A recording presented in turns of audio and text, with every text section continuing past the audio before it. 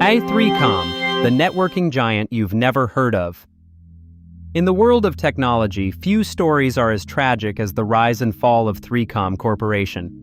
Today, when you connect your laptop to Wi-Fi or plug an Ethernet cable into your computer, you're using technology that was fundamentally shaped by a company that once dominated the networking industry, but has since vanished into obscurity.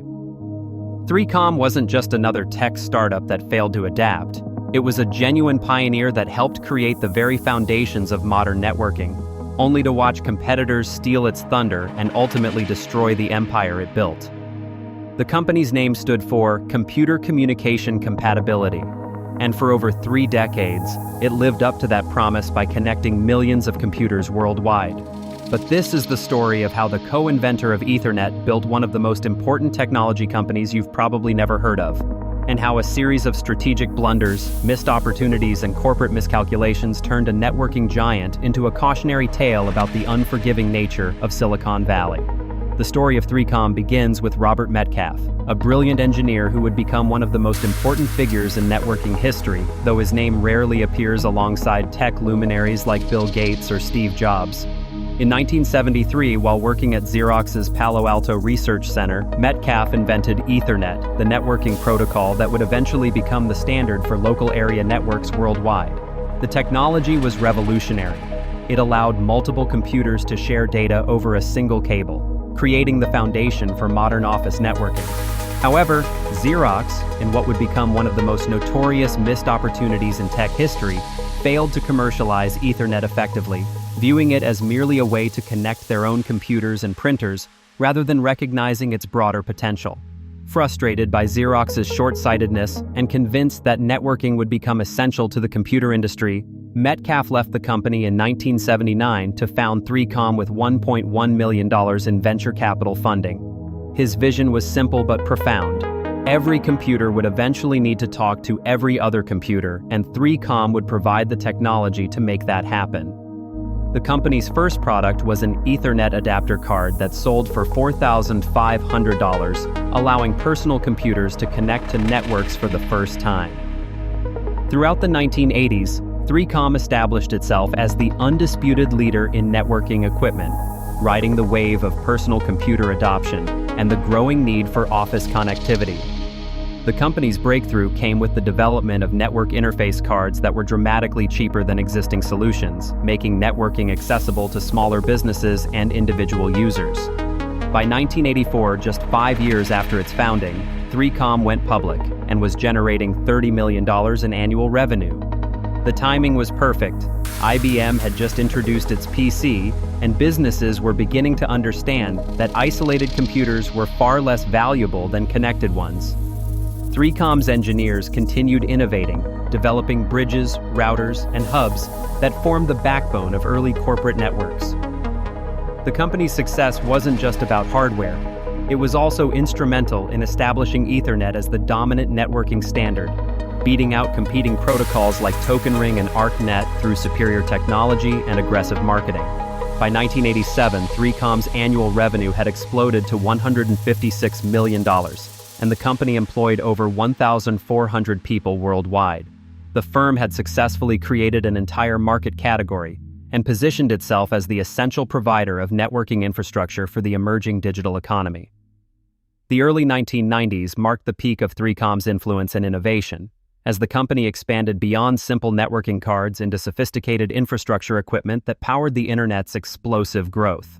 In 1990, 3Com acquired Bridge Communications for $135 million, instantly transforming itself from a network card manufacturer into a comprehensive networking solutions provider with advanced routing and switching capabilities. This acquisition proved prescient as businesses moved beyond simple file sharing to more complex networked applications requiring intelligent traffic management.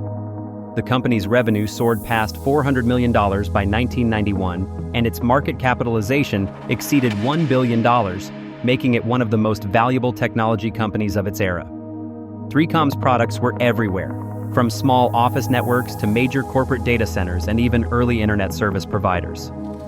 The company's engineers developed some of the first commercially viable network switches, devices that could intelligently direct data traffic and dramatically improve network performance.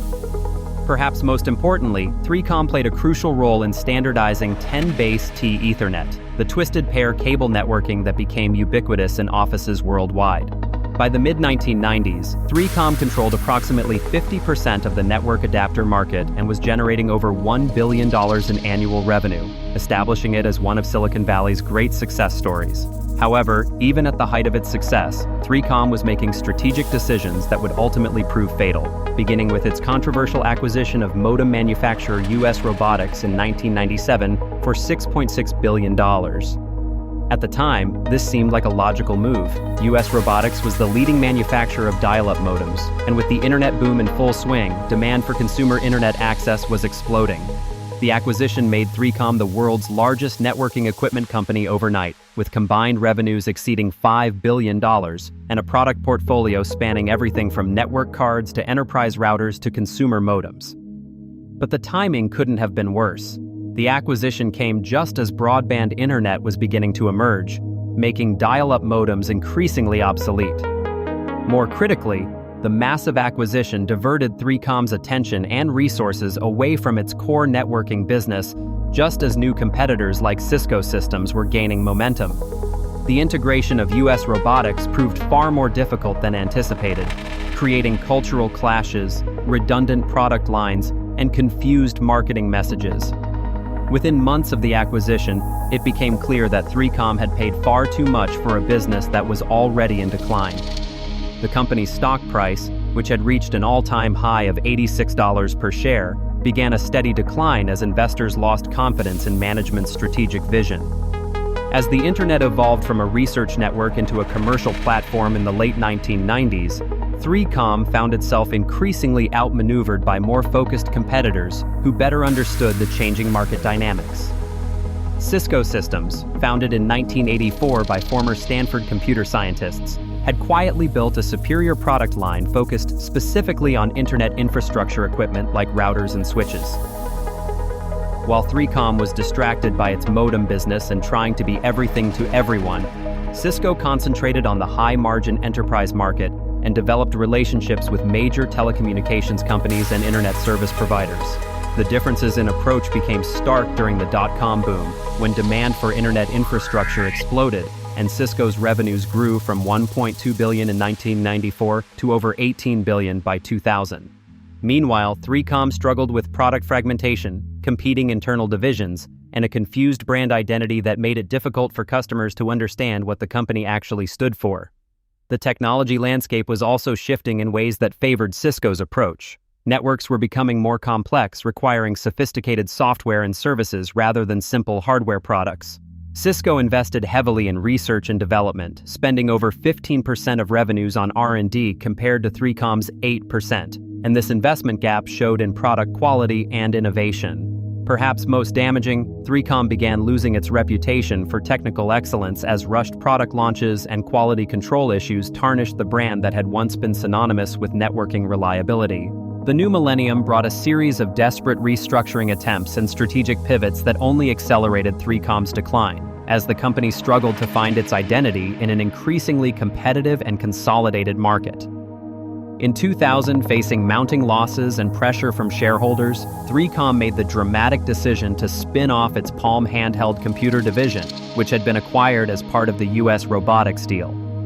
The Palm IPO was one of the most successful in tech history, with shares jumping 165% on the first day of trading and valuing the division at $54 billion, ironically more than 3Com's entire market capitalization. This created the absurd situation where 3Com's subsidiary was worth more than the parent company, highlighting how far the networking pioneer had fallen. The company used proceeds from the Palm spin-off to buy back shares and invest in new product development, but these efforts failed to reverse its declining market position. Between 2001 and 2003, 3Com's networking revenues fell by more than 50% as customers increasingly chose Cisco equipment for new installations and upgrades. The company laid off thousands of employees, closed manufacturing facilities, and sold off various product lines in an attempt to return to profitability. Robert Metcalfe, the company's founder, had long since left to pursue other ventures, and the leadership team struggled to articulate a clear vision for the company's future. By 2003, 3Com's annual revenue had fallen to just $1.3 billion, less than what the company had been generating a decade earlier. The final chapter of 3Com's story played out through a series of increasingly desperate partnerships and acquisition attempts that reflected the company's diminished status in the networking industry. In 2003, 3Com entered into a joint venture with Huawei, the Chinese telecommunications equipment manufacturer, creating H3C Technologies to develop and market networking products primarily for the Asian market. While this partnership provided some financial stability and access to lower-cost manufacturing, it also highlighted how far 3Com had fallen. The company that had once defined networking standards was now dependent on a Chinese partner for survival. The relationship with Huawei proved complicated, involving technology transfers that some critics argued gave away valuable intellectual property in exchange for short-term revenue. Meanwhile, 3Com's core networking business in North America and Europe continued to decline as Cisco solidified its market dominance and new competitors like Juniper Networks captured the high-end market segments. The company's product portfolio became increasingly fragmented and unfocused, trying to compete in everything from enterprise switches to wireless access points to security appliances without the resources to excel in any category. In 2006, private equity firm Bain Capital attempted to acquire 3Com for $2.2 billion, but the deal fell through due to regulatory concerns about foreign ownership of networking technology.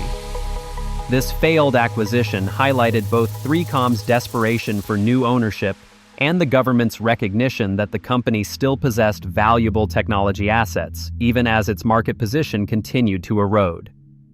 The end came quietly in 2010, when Hewlett-Packard acquired 3Com for $2.7 billion, marking the inglorious conclusion of one of networking's pioneering companies. By this point, 3Com's annual revenue had stabilized around $1.3 billion, but the company was generating minimal profits and held less than 2% of the global networking equipment market that it had once dominated. HP's primary motivation for the acquisition wasn't 3Com's networking expertise, but rather its H3C joint venture in China, which provided access to the rapidly growing Asian networking market. The acquisition was notable for how little attention it received. The company that had helped create the modern internet disappeared into HP's corporate structure with barely a mention in the technology press. Within months of the acquisition, the 3Com brand was retired, and most of the company's remaining employees were either laid off or absorbed into HP's existing networking division. The irony was palpable. 3Com's technology and patents continued to generate value for HP, but the company itself had become so marginalized that its disappearance was treated as a minor corporate footnote rather than the end of a networking era. Robert Metcalfe's revolutionary vision of universal computer connectivity had not only come to pass, but had become so fundamental to modern life that few people remembered the company that had helped make it possible. The story of 3Com serves as a sobering reminder that even the most innovative companies can lose their way when they lose focus on their core competencies and fail to adapt to changing market conditions. The company's decline wasn't due to a single catastrophic failure, but rather a series of strategic missteps that compounded over time. The overpriced U.S. robotics acquisition that diverted attention from networking, the failure to invest adequately in research and development during the crucial internet boom years, the inability to develop a coherent product strategy as the market evolved, and the gradual erosion of the technical excellence that had originally differentiated the company. Perhaps most tragically, 3Com possessed all the ingredients for continued success: pioneering technology, strong brand recognition, extensive customer relationships, and valuable intellectual property, but lacked the strategic vision and execution capabilities needed to leverage these assets effectively. The networking industry that 3Com helped create continues to thrive, generating hundreds of billions in annual revenue and enabling the digital transformation of virtually every aspect of modern life. Companies like Cisco, which learned from 3Com's mistakes and maintained focus on innovation and customer relationships, have built sustainable competitive advantages and remain industry leaders decades after their founding. Meanwhile, the name 3Com has joined the ranks of other forgotten technology pioneers like Wang Computers, Digital Equipment Corporation, and Novell, companies that were once essential to the industry but failed to navigate the transition to new technological paradigms. For students of business strategy and technology history, 3Com's rise and fall offers valuable lessons about the importance of strategic focus, continuous innovation, and the unforgiving nature of markets where yesterday's breakthrough quickly becomes tomorrow's commodity.